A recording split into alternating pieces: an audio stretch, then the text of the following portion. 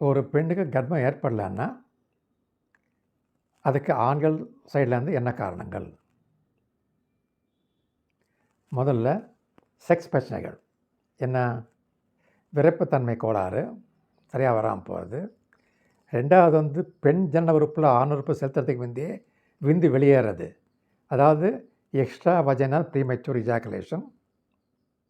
3வது retarded R delayed ejaculation. செக்ஸில் ஈடுபடுறப்ப விந்தே வெளியேறாமல் இருக்கிறது. இதெல்லாம் ஒரு காரணம். அடுத்தது தரமான விந்து தயாரிக்கப்படணும். ஒரு ஆணுடைய விந்தில் கம்மி பட்சம் 15 மில்லியன் உயிரணுக்கள் பர் மில்லி லிட்டர் இருக்கணும். நான் சொல்கிறது மினிமம், கம்மி பட்சம்.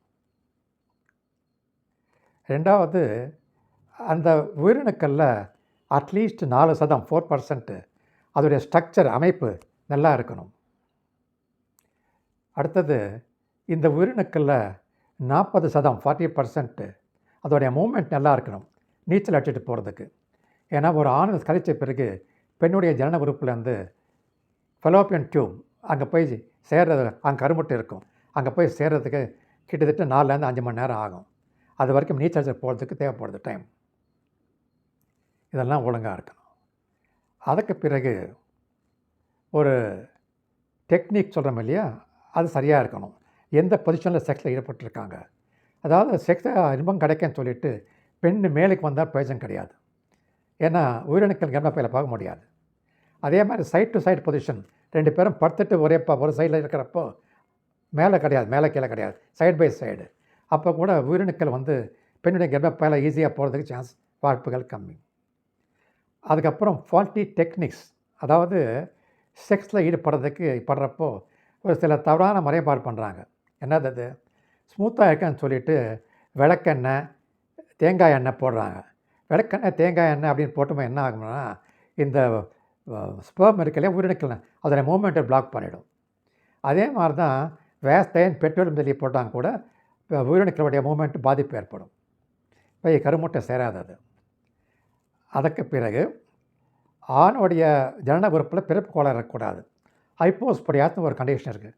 அதாவது என்ன, ஒரு நார்மலாக மூத்திரம் வெளியே யூரின் வெளியே வர்றதுக்கு ஒரு ஓப்பனிங் இருக்கும். அந்த ஓப்பனிங் இந்த முனையில் இருக்கணும், அது இல்லாமல் கீழே இருக்கும். இது பேர் தான் ஹைப்போஸ்போடியாஸ். அந்த மாதிரி கண்டிஷன் இருந்ததுன்னா செக்ஸில் ஈடுபட்டாலும் அந்த விந்து இருக்கு இல்லையா, அது பெண்ணுடைய ஜனன உறுப்பில் போகாது, வெளியே இருக்கும். இதெல்லாம் ஒரு கண்டிஷன் பார்த்துக்கணும்.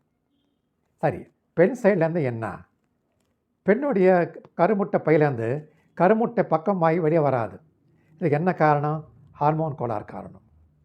சரி, அப்படி வந்ததுன்னா அப்போ ஃபெலோப்பியன் டியூப்பில் இருந்து முட்டை கர்ப்பப்பை சேரணும். ஃபெலோப்பியன் டியூப்புக்கு இன்ஃபெக்ஷன் வந்ததுன்னா அது கெட்டு போச்சுன்னா என்ன இன்ஃபெக்ஷன்? டியூபர்குலோசிஸு, பால்வினை நோய், கொனோரியா, அந்த மாதிரி இன்ஃபெக்ஷன் வந்ததுன்னா அதுக்கு அடைப்பு ஏற்படும். அப்போ அந்த முட்டை கர்ப்பப்பைக்கு சேர்றதுக்கு சான்ஸ் இல்லை.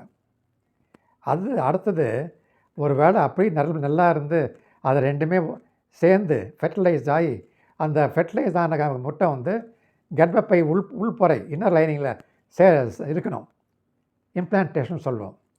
அங்கே வர்றதுக்கு இல்லைன்னா என்ன ஆகும்? அந்த லைனிங் சரியில்லை, ஹார்மோன் கோளாறு, அங்கே இன்ஃபெக்ஷன் இருக்குது, அப்பயும் பாதிப்பு ஏற்படலாம். அந்த ஃபெர்டிலைஸ் ஆன முட்டை அங்கே தங்காது. அதுக்கு பிறகு கர்ப்பப்பை ஆரோக்கியமாக இருக்கணும். அதுக்கு பெல்விக் இன்ஃப்ளமேட்டரி டிசீஸ் நோய் இருக்குது. மற்றபடி கொனோரியா, சிஃபிலிஸ் போன்ற நோய்கள் இருக்குது. டியூபர்குலோசிஸ், காசநோய் மாதிரி இன்ஃபெக்ஷன்களை கர்ப்பப்பை கெட்டு போகலாம். அதுக்கு பிறகு செர்விக்ஸ்ன்னு சொல்லுவோம், கர்ப்பப்பை முகத்வாரம், அதுலேயும் இன்ஃபெக்ஷன் இல்லாமல் இருக்கணும். முதல்ல சொன்ன மாதிரி ஃபால்ட்டி பொசிஷன்ஸ், ஃபால்ட்டி டெக்னிக்ஸ், அதுவும் அதே மாதிரி தான். இப்போது இன்னொன்று சொல்கிறேன். பொசிஷன் பெண் மேலே இருந்தால் ஆண் விந்துலேருந்து உயிரணுக்கள் கர்ப்பப்பையை போகிறதுக்கு வாய்ப்பு கம்மி. இன்னொன்று, ஒரு தவறான நம்பிக்கை இருக்குது நம்ம சமுதாயத்தில். டெய்லி ஈடுபடணும், ஒரே நாளில் நிறைய வாரம் ஈடுபடணும் அப்படின்னு இருக்கிறப்ப என்ன ஆகும்னா, ஒரே நாளில் நிறைய வாரம் ஈடுபட்டாதான் அப்போ ஒவ்வொருத்தரையும் விந்து வெளியே வர்றப்போ அதில் இருக்கிறவுடைய உயிரணுக்கள் எண்ணிக்கை கம்மியாகும், ஸ்பெர்ம் கவுண்ட் கம்மியாகும், இப்போ பலன் கிடைக்காது. அதே மாதிரி ரொம்ப நாள் கேப் கொடுத்தோம்னா நீண்ட காலம், அப்போ அதோடைய மூமெண்ட்டு பாதிப்பு ஏற்படும். இன்னொன்று, சுத்தம் சுத்தம் சொல்லிட்டு தினமும் இப்போ கெமிக்கல்ஸ் யூஸ் பண்ணி வாஷ் பண்ணிட்டு இருந்தால் அந்த வாஷ் பண்ண கெமிக்கல்ஸ்னால உயிரணுக்கள் போகிறப்ப டேமேஜ் ஆகி கர்ப்பம் வராமல் போகிறதுக்கு வாய்ப்பு இருக்குது. இதெல்லாம் இல்லாமல் கருமுட்டை ரிலீஸ் ஆகிற டைமில் தான் ஆணும் பெண்ணும் ஒன்றா சேரணும். அப்போ தான் வாய்ப்புகள் அதிகமாக சான்ஸ் இருக்குது. அப்படி இல்லைன்னா 2 பேரும் சேர்ந்தாலும் மற்ற டைமில் கர்ப்பம் வர்றதுக்கு வாய்ப்புகள் கம்மி. மற்றபடி எல்லாமே நார்மலாக இருந்தாலும் ஒன்றா சேர்றதுக்கு முயற்சி. முக்கியமாக என்ன ஞாபகம் வச்சுக்கணும்னா, ஒரு 28 நாள் சைக்கிள் இருந்ததுன்னா 14வது நாள் கருமுட்டை ரிலீஸ் ஆகும். அதுக்கு ஒரு 5 நாள் முன்னாடி, அதாவது 9ஆம் தேதி 5 நாள் பிறகு, அதாவது 19ஆம் நாள் தேதி இருக்கும். அதுக்குள்ளே அட்லீஸ்ட் ஒரு நாள் விட்டு ஒரு நாள் ஈடுபட்டால் கர்ப்பம் வர்றதுக்கு வாய்ப்புகள் அதிகம்.